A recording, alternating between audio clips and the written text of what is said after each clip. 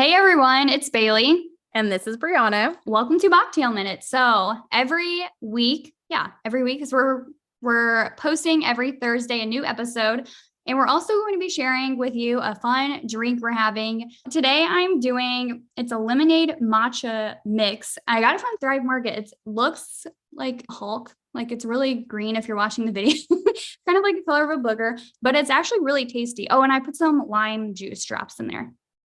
It's good. I like your cup. Your cup is so cute. Yes, manifest that shit. And then today I have an Olipop. I'm doing the strawberry vanilla. These are just like a fun little way, I feel like, to get in fiber. Some people love them, some people hate them, but I like them. I think it's, don't drink like 3 of them in a day because your stomach is going to hurt because they're like crazy high in fiber, but it's like a good little option if you're traveling and you need to get some fiber in. Yes, I really like them. I don't think I've tried that strawberry vanilla one. What other ones have you tried? I've tried the grape, the root beer, the cola, and then this one. And then I like this one the most, but I don't know, it kind of tastes like a creamsicle, I guess. Oh, I love creamsicles, especially the orange ones, the orange dreamsicles. That's what they're called. Yeah. The dreamsicles, those are my favorite. But like grape sodas, I do not like those. It's just like an instant stomach ache. I don't know why. It reminds me of my childhood. I feel like grape soda is like, I don't know. Yeah. And it's just so sugary and just like intense. Yeah. I don't know what it is. So today, to jump into it, we actually both put up a little question box on our Instagram. So we're taking what you guys have told us. If you answered our little box, we're taking what you told us and we're going to talk about it today. And we are talking about 12 diet myths.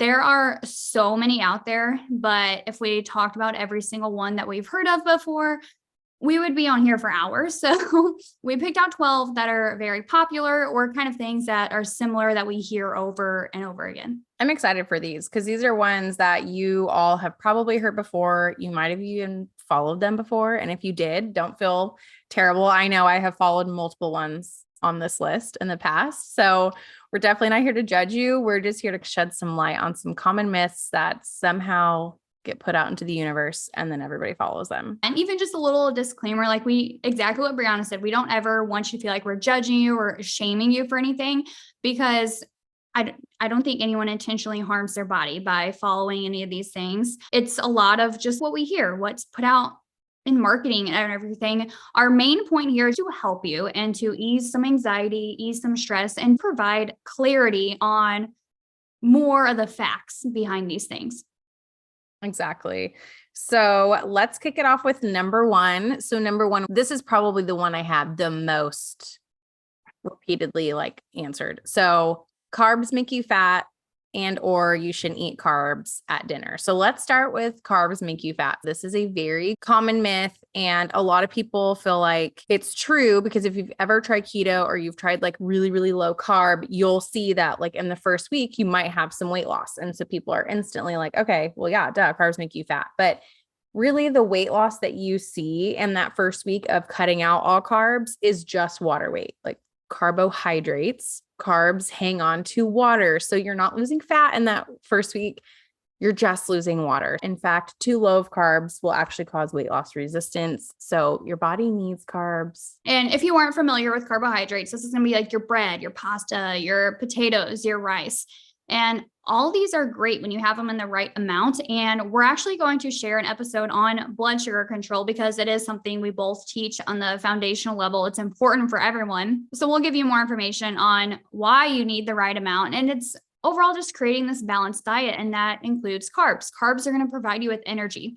They're going to help you get in iron, calcium, B vitamins. And it's also going to have that fiber in there to help support your digestion and keep things going. Yes, they can add up quickly. And that's just where you learn to find that balance. There's definitely a balance, but cutting them all out, no good. And they definitely don't make you fat. As far as having them at dinner, there's no right or wrong time to have carbs. Honestly, some people do better with having carbs at dinner because they can make you a little bit sleepy. So if anything, I feel like having them right before bed might be a good thing. And also, if you're someone who struggles with constantly waking up in the middle of the night, you might be having some blood sugar dips. Maybe some carbs at dinner is really what you need. And I would say there too, it's also kind of different for everyone when the best time is to have carbs. There's no right or wrong answer necessarily. I think it's just experimenting on what works for your body. I have many people that if they're doing carbs more at breakfast, then they have more cravings later on during the day because their blood sugar is just not as balanced starting off of the day. I have some people who do carbs at breakfast and then they work out. So that works really well for them. It's kind of just something you have to experiment with. Yeah, there's no blanket recommendation. Yeah, absolutely. So don't be following everybody else's recommendations for yourself because they might not work. Yes. I think a dietitian's favorite response to anything is it depends because it really for everyone. Like there is no blanket statement. Yes, there's guidelines and recommendations, but it's not like every single person needs to eat 35 grams of protein. And that is the number you have to hit or you're a failure. Like, no. Exactly. No, not at all. So it definitely depends, which is why it's so great to tune into your own body and figure out what your body needs. Okay. Number 2, go hard or go home. I actually have a blog post about this and it starts off by like, if you think you should always go hard, you should probably stay home. Like that's I love that. So I posted, I think I did a reel on this that I shared recently about going hard or going home because I was working out or doing a workout video one day and they're like, go hard or go home. You shouldn't be here anyways. Like, you're like, geez Louise. Man, I thought I was doing fine, but okay. Wow. And so then when I'm doing my other workouts, I was thinking about that. I'm like, this is not my best workout. I know that, but I'm also exhausted. It's been a long week. I just wanted to move my body. And I always think doing something is better than nothing. So then when we have the saying of go hard, go home stuck in our brain, well, then it's like we're going back to that all or nothing mindset where if we are not being perfect, it doesn't matter. And if you're consistently going hard or going home, you're probably going to keep going home like over and over. Yeah, it's not sustainable. Yeah, you go too hard, you get overwhelmed, and then you're like, see you later. Plus, working out at a really high intensity often actually leads to weight loss resistance as well. So you don't want to be constantly putting your body at this like high level of stress over and over. And we have another episode on that. But honestly, it is good to have a workout that isn't such high intensity. In fact, you probably need them a little bit more. So if you're one of those people who are like, when I work out, I need to feel like I'm dying after, you probably need to take it down a couple notches. And I totally get this because I used to be that person. Like if I didn't feel like I was going to pass out when I left the gym, I'd be like, this isn't a good workout. And that's just such a bad mindset to have because it's not true. Yeah. And even kind of like what you said about the workouts, it's kind of funny because I'm not like a huge sweater. Like, yes, I will sweat if I'm outside in the summer and 100 degrees and the sun is beating on me. Yes, I will. But there are a lot of times where I work out and I don't sweat. And my sister, she's so funny. She's like, I hate that about you. You can go work out and then you just like work the rest of the day. No one can even tell you worked out. Like it's my secret talent. I don't know why. But if you're also someone who does not sweat, that does not mean you did not work out hard enough. I promise you, legs are still sore the next day. Yeah, no, you're getting a workout in. The next one is no snacking. Like snacking is bad. This is not true. I think we're really used to being told that like we need to curb our appetite and that cravings are bad, appetites are bad. Like all these supplements are like curb your appetite, whatever. I'm like, that's not true. Like if you're hungry, you do need a snack. And I will say a lot of times we feel really snacky because we're not having sustainable meals. Like we're not having enough at a meal to keep us full for 3 to 4 hours. Because diet culture tells us have the smallest amount as possible, count calories. And so you're eating like 200, 250 calorie meals. Well, yeah, you're going to be hungry. So then you're going to want to snack. You want a snack as a meal. Exactly. Yeah. Your snack is the meal. So snacking is not bad. We definitely have like recommendations for if you are snacking, like you definitely should be having a couple of nutrients in a snack, not just having a snack that's not going to sustain you or hold you over. Because the whole point of it is to do that. But snacking is not bad. And I think it's how you view the snacks too. I think a lot of times we say snacks and we think Twinkies, little Debbie cakes, apple pie, or fruit snacks, or these types of things. And yeah, most of those snacks, it's mainly going to be carbs. You're going to have that blood sugar spike, which you'll learn all more about in another episode. We don't have time to talk about it today. So yeah, when we're thinking of snacks like that, they're probably not going to hold you over very long to your next meal. When we think of snacks as an apple and peanut butter, that's a snack. If we're thinking of cucumber and cream cheese and some Hempy's chickpea, what are they? Chips, Cheetos? I don't know what they're. Oh, the hippies. Yes, they're my favorites. They're basically made so good. Yeah, but if you're doing those types of things and that's a snack, that is a great snack. They're adding nutrients. They're getting you to your next meal without going into dinner like, I am so starving. I can't even cook my dinner. Yeah, exactly. Like I must like dive headfirst into the counter or into the pantry, like while I'm cooking. Yeah. Like Maybe the counter if you're that hungry. maybe the counter. I mean, yeah, well, you never know. And that's a good point to bring up. Like, I guess what people's interpretation of snacking is. So number 4, don't eat after a certain time. So again, I feel like this is a really common one. And I feel like a lot of clients struggle with this, like the whole nighttime eating. Like I have no control at night. Like I just don't know what's going on. And I find the majority of women are having that difficulty with nighttime eating because they're not eating during the day. You know, most women aren't eating their first meal until noon. They're just skipping breakfast altogether. They get busy. They're with the kids. They go to work, whatever. And then suddenly their first meal is lunch. And so that catches up to you. So by the time you get to like after dinner, you're kind of having your third meal finally. So are you having an issue with eating at night? Or are you having an issue with not eating enough during the day? And then this whole concept of like, don't eat after a certain time, I think was like geared towards helping women eat less calories, which we do like the idea of a 12-hour fast. It's really good for your GI tract and to help like reset everything. But that doesn't mean that you need to stop eating at a certain time. I think it's most commonly to hear stop eating by 8 o'clock is what I usually hear from a lot of people. And I think, again, there is good intentions behind this type of recommendation because if you're going to bed at 9 and you stop eating at 8, like, yeah, that's probably going to help your digestive system before you go to bed. So you're not digesting food as you're trying to sleep. As you're sleeping, yeah. And I also think it helps too, because sometimes at nighttime snacking, a lot of times it's because, again, like you said, we don't eat enough during the day. We eat dinner and then it's like, we're still kind of hungry, but we're going to wait a little bit. Well, then we just keep getting more and more hungry. So we want more of those carbs. We want that quick energy. So then it's like the desserts or the higher carb foods or the bag of chips or popcorn or whatever it is. And then it becomes a habit too. So I think when we eat enough during the day and we're trying to break that habit, I think it can be helpful if we're trying to work towards a 10, 12-hour fast to be like, am I actually hungry right now? Or am I just doing a kitchen drive-by and I see brownies sitting on the counter? And I want, and it's like a habit. And again, a lot of clients see the whole nighttime snacking thing not being so much of an issue when they're actually eating during the day. And I get this question a lot too for people that work like weird hours or like parents that aren't getting home until super late at night because their kids have like sports or something. And there's so many women that'll be like, I get home at 8:30, so I just don't eat dinner because it's too late and you're not supposed to eat after 8. And so really they're kind of like chronically under eating because they're also not set up earlier in the day. So if this is you, have the later dinner, like odds are you're not going to bed 30 minutes after that. You know, you're probably staying up doing things. So if it is between I'm not going to eat even though I'm hungry because it's after a certain time, or, you know, like eating instead of getting that 10 to 12-hour fast is going to be better. And then try to set yourself up to have that 10 to 12-hour fast more often than not. But don't let it be like a solid rule for you that like, oh, I'm hungry, but it's after a certain time, so I'm not going to eat.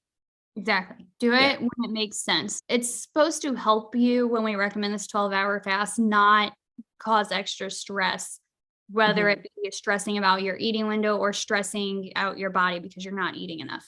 Yeah, exactly. So you want to get benefits from it, not have more stress pile up. Go ahead. Number 5. So fat makes you fat. This is such a 90s thing. Yeah. It's such a basic statement. That's like saying, I don't know, playing on the playground makes you get hurt. Yeah. Analogy. Or like going for a run makes you thin. You know? But honestly, we saw this a lot in the 90s and even early 2000s with like the fat-free craze. And so I think the thinking behind this is that fat can add up really quickly. So it is the macronutrient that has the most calories per gram.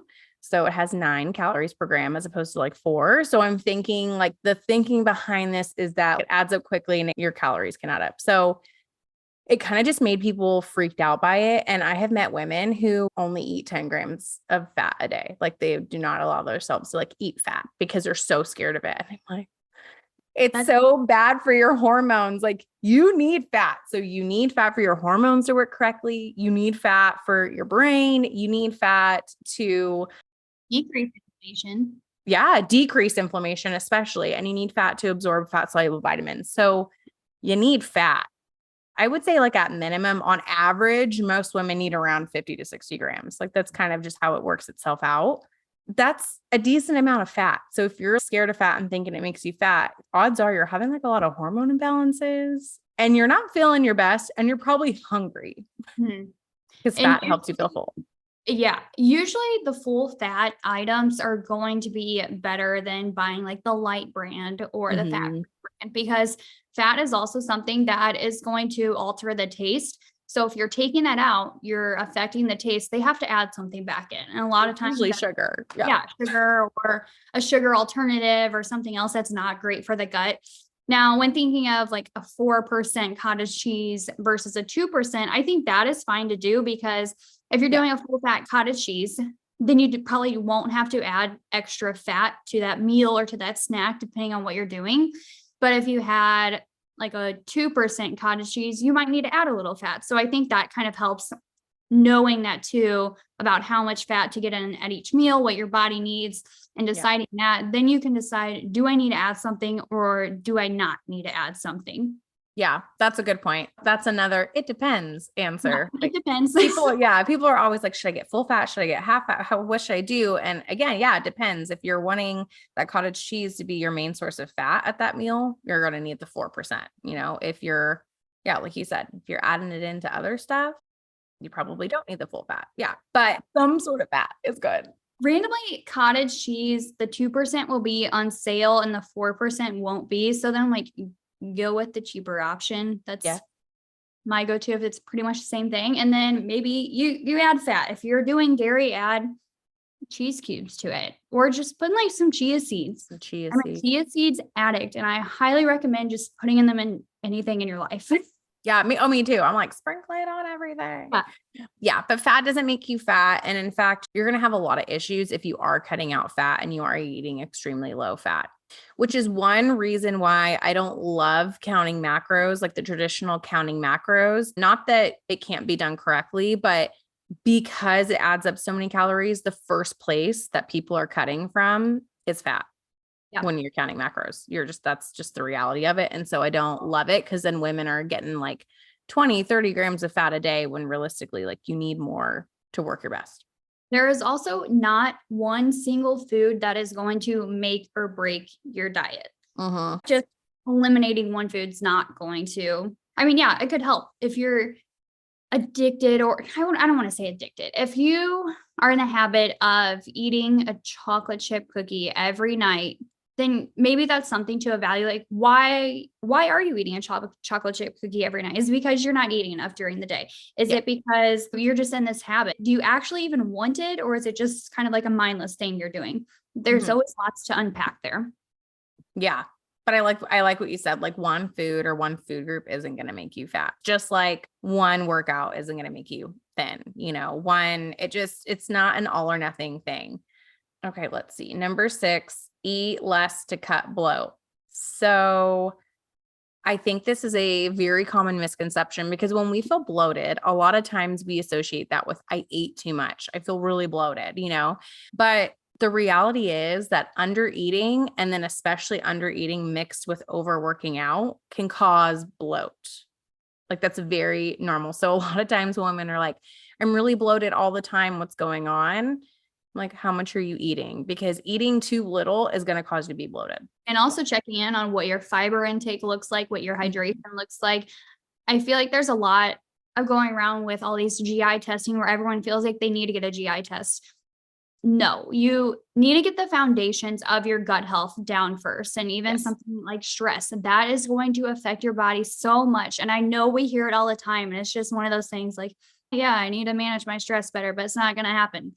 No, it really does make a Yep. huge difference. And even thinking about foods that are causing you to bloat, your body just might not like that. And that's something to take a mental note of, because every time you introduce that into your gut is going to be like, why are Angry. you doing this again? Like, Yeah. Why are you doing that? going to be happy about it. I hear this a lot with like lactose intolerance, where they're like, yeah, every time I drink milk, my stomach hurts, but I love milk. I'm never going to give it up. It's so hard. I'm like, Mhm. once you get to feel good again, like, you honestly, you don't know how bad you feel until you feel good again. You probably will hear me say this multiple times in the next year if you're listening, but you really don't. And once you get to feel that good, like, it doesn't even matter. I Mhm. haven't had cheese since I was 18 years old. I've almost not had cheese in like 10 years. That's a long time. Yeah. I can't, yeah. But that's a good point, because sometimes people will have food sensitivities. And I know I have someone in my life who was like obsessed with ice cream, but they're lactose intolerant. And they're like, it's fine. Like, I just deal with it. So they're eating ice cream all the time. Like, realistically, that's just upsetting your stomach and making it angrier. And you're constantly having that inflammation and that like bad response to foods. You need to kind of give your digestive system a break. So yeah, if you're having certain sensitivities and you're just continuing to eat those foods, that could be causing bloating, under eating, too much fiber too quick, not being hydrated enough. And like you said, I'm glad you said stress, because that's a huge one. People do not know how much stress impacts them. We have a whole episode on that. Yeah. But yeah, so if you're feeling bloated, I would encourage you not to eat less, because that's probably not the issue. Having issues, I think it does help to kind of start a food diary and figure it out. That was the first step I did, figuring out my dairy allergy. I kept a food diary for like 2 months and noticed a correlation. And a lot of times I see many people, they're thinking it's dairy, but sometimes they'll eat dairy, nothing happens. Sometimes they do, and it doesn't. So when you write it down, you're like, oh, well, every time I ate this at every single meal, I felt terrible afterwards. Yeah. And it could be like a bell pepper. It can really be anything. Something I got like a new bone broth powder, bone powder. I don't, how do you say it? Like a Yeah. Like a bone. bone Yeah. powder protein. Bone powder. And so I was taking that, and I was like, all of a sudden I felt nauseous every time I ate. My stomach was just kind of in knots. I was super bloated. And I was like, this is the one thing that I've changed. Everything Mhm. else I've always had in my diet. So I was like, okay, I'm going to stop using this for 2 weeks. And within 3 days, I felt so much better. And I haven't gone back to using it, but that's a good thing to always test out. If you're not sure, cut it out for a few weeks, see what happens, and then try to reintroduce it and see if those symptoms come back. So that's a good idea. And this That's is like a little tangent on gut health. And we're going to have somebody come in and talk to you guys about gut health. That's their not thing. an expert. Because it is a whole other like expertise. But what I do know is, and I see this a lot with people, you have lactose intolerance. That's a thing. That's established. That's not going away. But for some people, they'll have food sensitivities to like a bunch of things, and that they're like, oh, okay, well, I can never have these things because they cause food sensitivity. But really, they need to get down to the root issue, because in the grand scheme of things, unless you have like an allergy, like a lactose intolerance, those sensitivities shouldn't be happening. And that's probably happening because you don't have the best gut health. So once you fix your gut and heal your gut, usually those sensitivities go away. But like I said, that was a tangent. We're going to have someone come in and talk to you guys, because I love gut health. It's so interesting. But yeah, it takes experts, because it's so complicated, but it's also super interesting. Yes, I actually just ordered this book, The Bloated Belly Whisperer. I haven't started it, but I mean, there were some good reviews on it, and it's wrote by a dietitian. So that's Nice. always fun to see.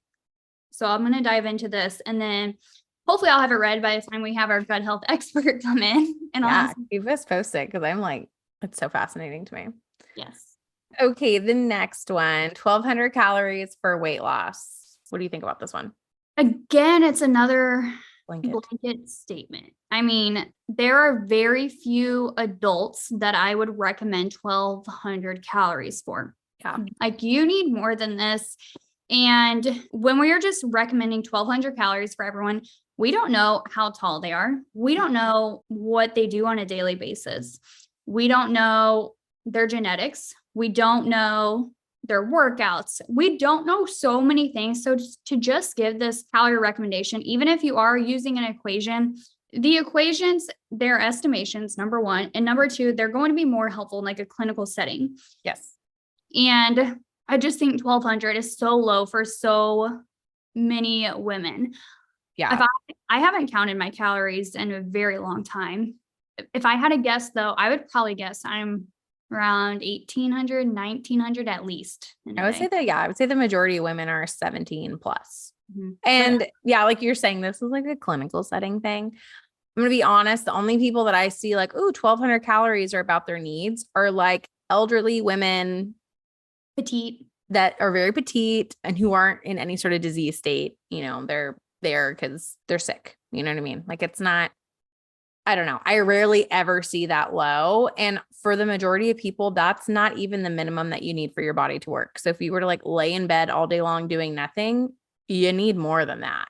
So can you imagine like how your body is feeling when you're running around, working out, chasing kids, going to work, being stressed, I don't know, moving in the slightest, you know, just it's just not enough and you're not thriving. That is for sure. And I think it came from, you know, MyFitnessPal or all the other apps that are like, put in what you need. And then like, oh, or do you want to do weight loss? And it instantly just like subtracts, you know, 500 plus. And it's like, this is your calories. And it's like, wow, why is it that everybody is around 1200 calories? Like, it's so ridiculous. It's not a correct way to do it. You can't just take, okay, how much is my resting metabolic rate? And then minus 500 and I'm going to magically lose weight. If that was the answer, no woman would be looking how to lose weight. maybe for you guys, I say this with so much hesitation. Maybe I will track my calories one day. Oh, I really don't want to, but prove a point. I don't know, prove a point to everyone that you can eat more than 1200 calories. I shock so many people by how much food I eat. And I am a petite person. I am about 5'3" on a good day. And yeah. like even when I was younger, all my life, I have been under the 10th percentile for height and weight. I've always been a petite person. Mm-hmm. People are blown away by how much I eat. Yeah. Like, it's fine. And look at you. You're not like just gaining weight at an exponential amount. Like, you know what I mean? Like, I feel great. And like I said, there's a lot of components that go into it. It's not like I'm sitting here eating Oreos every single meal. There's a lot of mindset shifts I had to make with it. And at the beginning, like, yeah, I did feel bad when people would make comments about, oh my gosh, you actually ate all that. I'm like, should I not have? should I not have? But yeah, like, you know what makes you feel good. And I think that's one of my most favorite wins I hear clients is like, I've never ate this much and I'm still losing weight. And not only that, I feel really good. Like I have energy. I have patience to be with my kids. I can go the whole day without needing a nap. I feel strong during my workouts. I'm like, oh yeah, that's what being fueled does for you. It makes such a difference. Yeah. When you're not just surviving, you get to thrive. It's Just kind of like trying to do all your things in life on 3/4 of a tank instead of a full tank. Yeah. Like, it's not going to work out as well. You're going to get burnt out. You're going to run out of gas quick. And kind of with this myth, I wanted to bring up calorie and macro tracking because this is something I think people are blown away when they realize that we don't really calorie or macro track. Mm-hmm. And thinking that like you have to do this if you want to lose weight. That is not the case. Our bodies are so smart. We've talked about this in previous episodes, but just in summary, our calories, not our calories are smart. Our bodies are smart and you do not have to plug everything in. Mm-hmm. You really don't. And when we do this, it really does create a huge disconnect with your body because instead of just fueling based on your hunger levels or based on maybe your workouts or based on, I don't know, based on how you're feeling, Mm-hmm. or basing it off of how can I make this food fit into my number allowance for the day. Yeah. Well, and it really disconnects, I don't know, just how you think about food too. Like suddenly it's not, hey, this is what this does in my body. It's like, oh my gosh, this is how many calories this has. This is how much fat it has. Like this is a bad food. I shouldn't eat it. This is every once in a while food. And it makes this weird disconnect between food and your brain, and suddenly you are labeling foods as bad and good, and you see numbers instead of what the food is. Like I had a client one time, she was like, ooh, when I see an avocado, I don't see an avocado. Like I see fat. Like I see numbers going straight up. Like she knew exactly how much a whole avocado was in terms of calories and fat straight off. Like she's like, this is just how I label foods. Like they're numbers to me. Like it breaks my heart. Yeah, it breaks my heart too. Like this is not how we should be eating. This is not how your relationship with food should be. And that's the main reason I hate that, because we're not little calculators, we're not a math equation. We're a biology project. You know what I mean? Like you have different needs every day.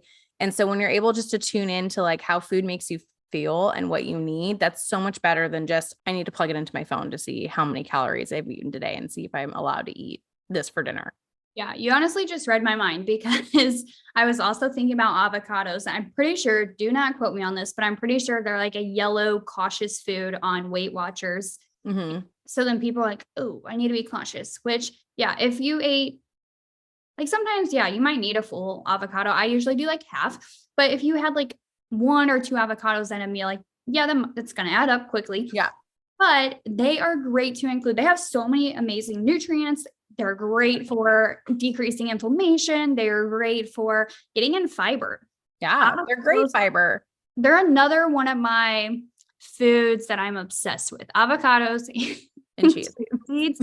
They're also something you can use them for everything. I made an avocado fudge and it was actually good. My boyfriend's friend tried it and he's like, this actually isn't terrible. I was like, thank you. I like to add them to smoothies. It makes them creamy. It's the strangest thing, but yeah, there's fiber in them. There's good fats in them. There's potassium in them. Like there's so many things in them. They're so great too. Peanut butter, I think, is one of those foods that people shy away from. I used to shy away from it because it was a fat.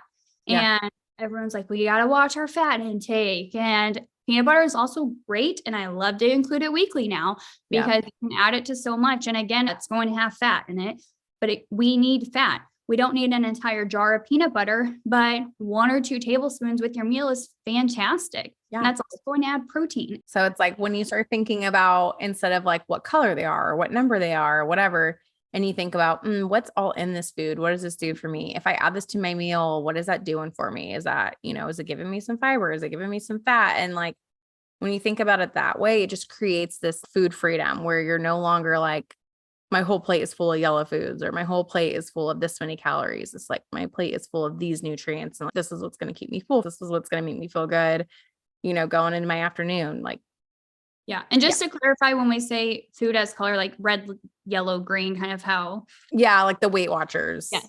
We want you to have color on your plate. Yes. Yeah. Eat color, but not Weight Watchers. Actual color of the Don't be scared. Yeah. Yeah.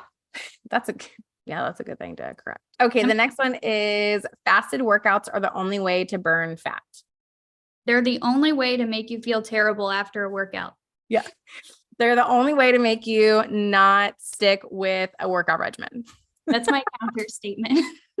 This answer, I'm not going to go down the rabbit trail of like, fasted walks and what that could do. Like, I'm talking mostly like fasted workouts. Do not the weights. Yeah. Do not strength train or do HIIT or anything like that. I will say there are some people this may work for, very few. But also, if you're saying, I've done this for years, it works for me, I don't feel too bad, I want you to kind of question that. Mm-hmm. Because is it actually working? Are you getting results that you want? And if you tried a little pre-workout snack, your workout can probably be so much better. There's actually a metabolism makeover client. That was her win this week. She was like, I have done fasted workouts for years. This has been my thing for like 15 years. No joke. And she's like, I tried the whole little snack before a workout this week. And she's like, by the end of the week, I actually went up in weight. And she's like, I haven't gone up in weight in so long. Like actually like physically weights that you like. Yeah. She was like, I was able to up my weight during my workouts and I haven't done that in so long. And she was like, and it's just a little pre-workout snack. And I think there's hesitation there because it's like, oh my gosh, we're adding more food and I'm trying to lose weight. And yes, it seems scary, but I want you to try it. There's nothing bad going to happen there. And I've seen it time and time again where people are just doing these faster workouts and like they really work for me. They're great. If I eat, I'm gonna throw up. You don't have to eat a whole meal. We're talking like a half a banana, a handful of dried fruit. I've done like pretzels before. Some sort of like naked carbs. It's instantly going to fuel your workout. It's going to be used as energy. Yeah. Just try it. Yeah. Because if you are one of those people that's like, oh, I love it, this is just what I do, I'm questioning, is this what your body likes, or has you adapted and you're running off cortisol for your workouts? Probably cortisol. The best. I don't know. It's just like, just try it, because just try it. I've seen so many good results from people who just give it a chance. They are lifting heavier, which means you're going to build more muscle. And that does not mean you're going to look like a man if you're working out as a woman and building muscle. Yeah. The people, yeah. I think this is kind of going down a rabbit hole, but just a quick little statement there. As a woman, you are not going to get like super bulky from working out. No. When we see this, it's a lot of times we see it on, again, social media with like bodybuilders. Most of us here are not bodybuilders. They're also usually taking a lot of supplements. You're not going to. No, women's hormones are not, you're not built to bulk up like a man would. But, and, you know, on another note, you are working out hard. You want to get the most out of your workouts. You don't want to be waking up, working out and doing all that and only getting like 60, 70% of the benefits. You want 100% of the benefits. And that comes with fueling properly before and after. Yes. Yeah. And again, we'll have another episode on workouts. Oh yeah. I'm excited for that one. Okay. Next one. Fruit is too high in sugar. Absolutely not. No. I saw a reel the other day that was telling people not to eat blueberries. Eat your blueberries. They're so good for you. Yes. Yes. They are higher than carbs than a piece of broccoli. 100%. There is no doubt about that. No. That's not a bad thing. I mean, it's completely fine. And it's not like you're eating a jelly bean and it's equal to a blueberry. No. Blueberry is also going to come with, again, vitamins and minerals and fiber. Yeah, fiber. Your blueberries have such good fiber. They have antioxidants. They have all kinds of nutrients that your body needs. Fruit is not bad. People are so scared of like sugar, but that's how your body runs. So no, I'm not saying like go eat a spoonful of sugar for breakfast, like, woo, you know, but like having some blueberries is not the same as a spoonful of sugar.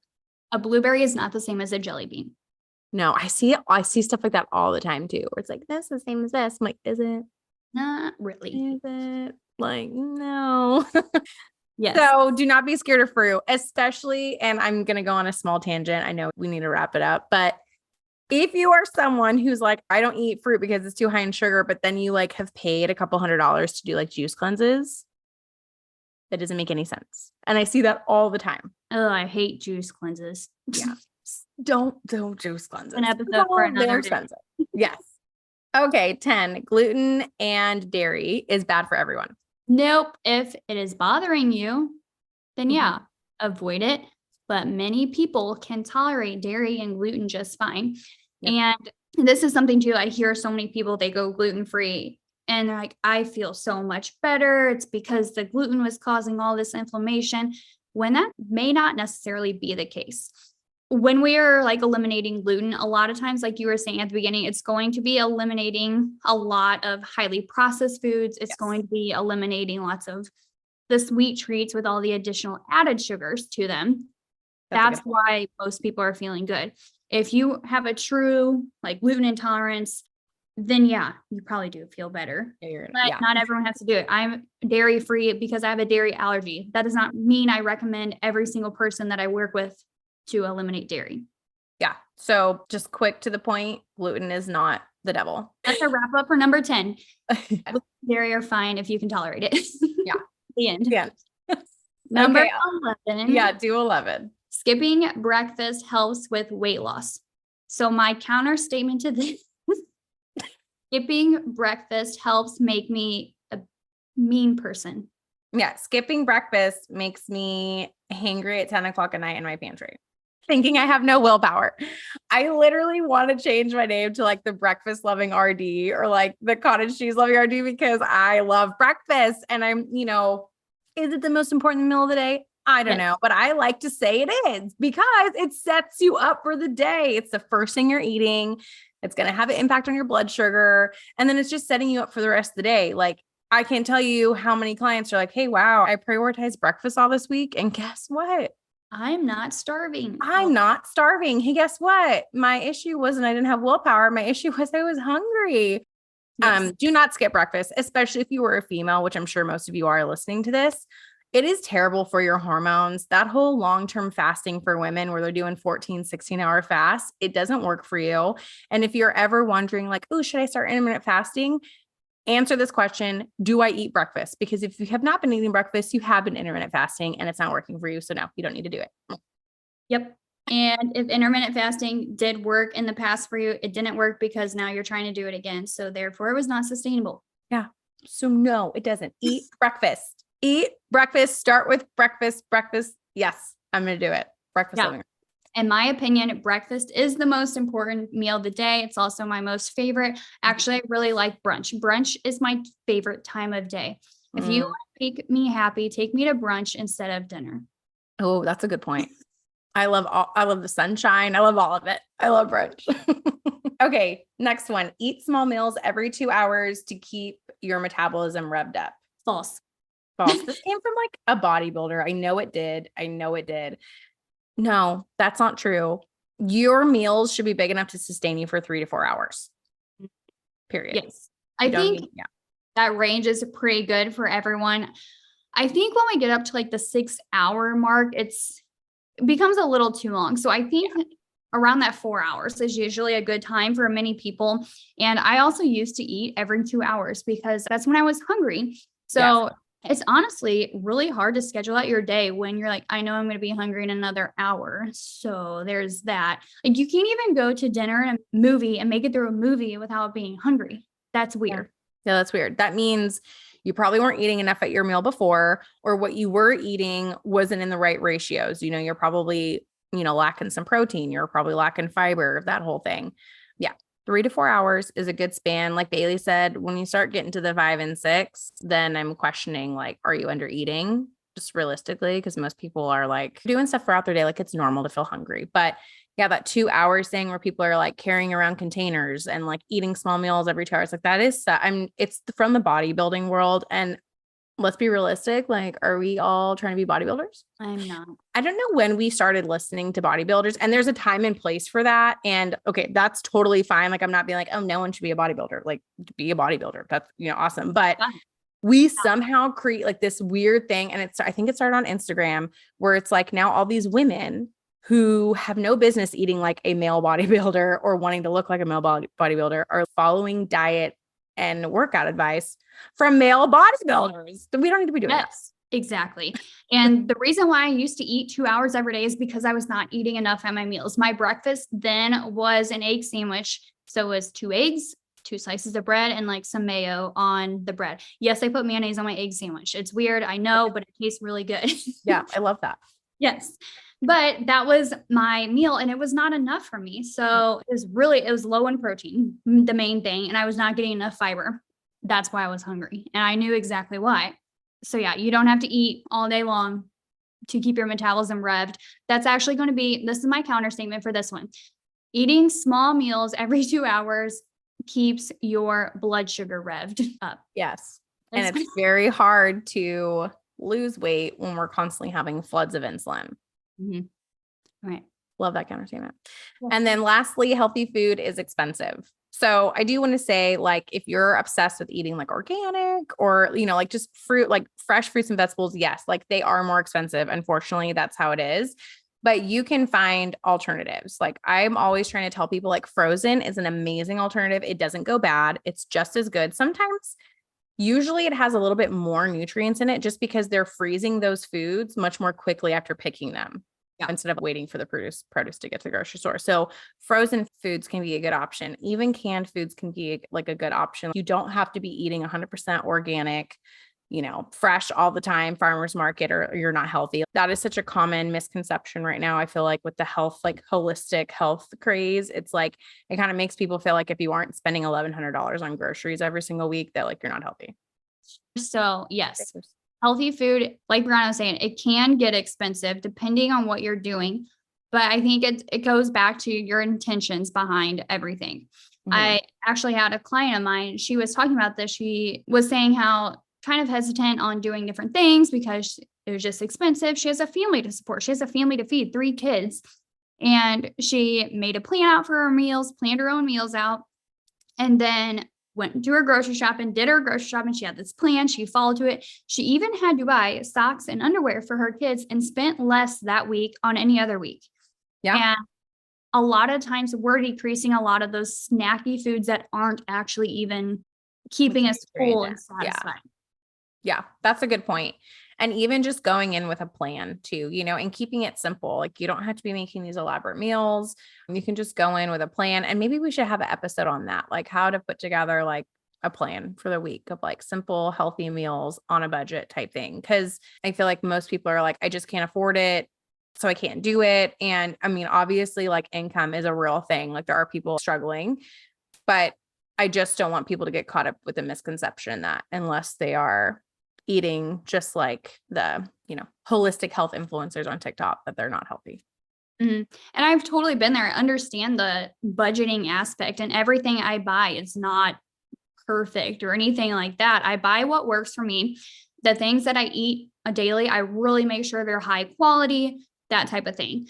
I've also was interning. I did not have a full-time job I was hardly working for 2 years. I had to have a budget, but I also wanted to make sure I didn't feel crappy because I needed to focus for my internship. I had lives to save. I had 2 feet to calculate. We had lives to save. The hospital needs me. It's true though. Because nobody else knows what's going on. Yeah, I am very good at budgeting, and I'm really good at throwing meals together, but that people think are weird, but they work. They work. They get the job done. Yeah. I love that. I don't think they taste that bad. They might just not look pretty. Yeah, and that's totally fine. Yeah, my meals aren't going on a food blog like anytime soon. And that's why I honestly don't post a lot of my meals on Instagram, is because I'll put it together, and I'm a big one pot person because I don't like to do dishes. So then it just looks like mush, and it tastes really good, but it looks like my presentation on meals is not great. I'll take pictures when I go to restaurants. Me too. I was going to say that's usually when I do it. Yeah. All right, guys. So that's our 13 myths that we kind of debunked. So let us know if you've heard of any others. Like we said in the beginning, there's a ton of others, but if there's any others you guys want to know or you want a specific episode on, be sure to leave a comment and let us know. Yes. And yeah, I hope you really like this episode. If you want to hear more about something specific, or if you have a question about anything we talked about, message us on Instagram. Let us know after you listen to the episode. Make sure you leave a rating and review. Let us know how you liked it and what your favorite part of the episode was. Yes, we'd love to hear it. And if you have any drink recommendations of something you want us to try, let us know. I'm not very hip in the drink world just because I drink a lot of water. I don't need to buy other things. Me too. Like guys, most of the time I have to buy drinks for our episodes because I'm a water person. I don't know. I've never thought of it. That was into my budgeting thing in college because I was like, I don't want to waste money on anything else. So, I do get almond milk, but that's for my smoothies. I don't like to just sip on. I'm not going to sip on almond. I get it. Same. Yeah. All right. Have a great week, everyone. And we will quote unquote see you next week.